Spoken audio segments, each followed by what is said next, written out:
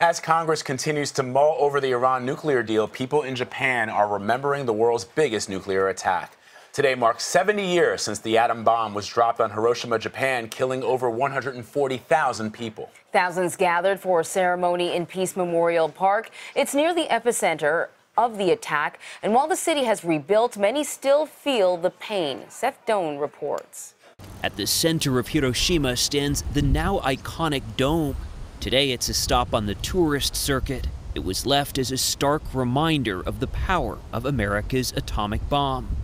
The explosion incinerated much of the center of the city. Wooden homes went up in flames. On this nondescript side street, this marks the spot where directly overhead the atomic bomb was exploded.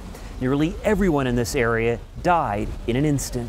Even 70 years later, when you close your eyes, do you remember that day? Do you think about that day? Yes, I cannot forget. Keiko Ogura was just 8 years old on August 6, 1945.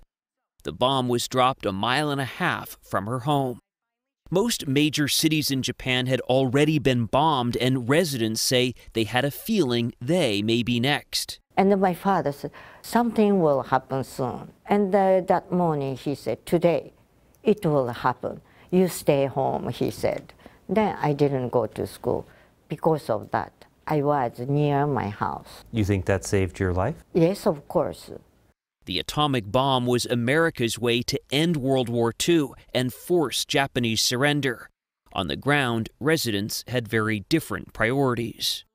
This elementary school was not far from where the atomic bomb was dropped. It was left a hollowed-out shell, its walls blackened with soot.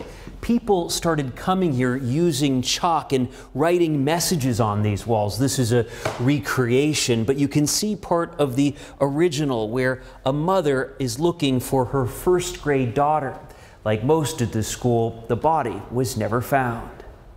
Up to 80,000 people were killed immediately. Some of the survivors say they don't even remember the sound or sight of the explosion. This Peace Park in the center of the city is a place for reflection, and the water behind me in part represents the pleas for water among victims exposed to the red-hot explosion. Those victims are called hibakusha in Japanese, which translates literally to a person exposed to radiation. Keiko Ogura showed us the card that certifies she's hibakusha. She knows the first-hand stories will fade as her generation passes on. So she started a group to learn them and keep their memories alive.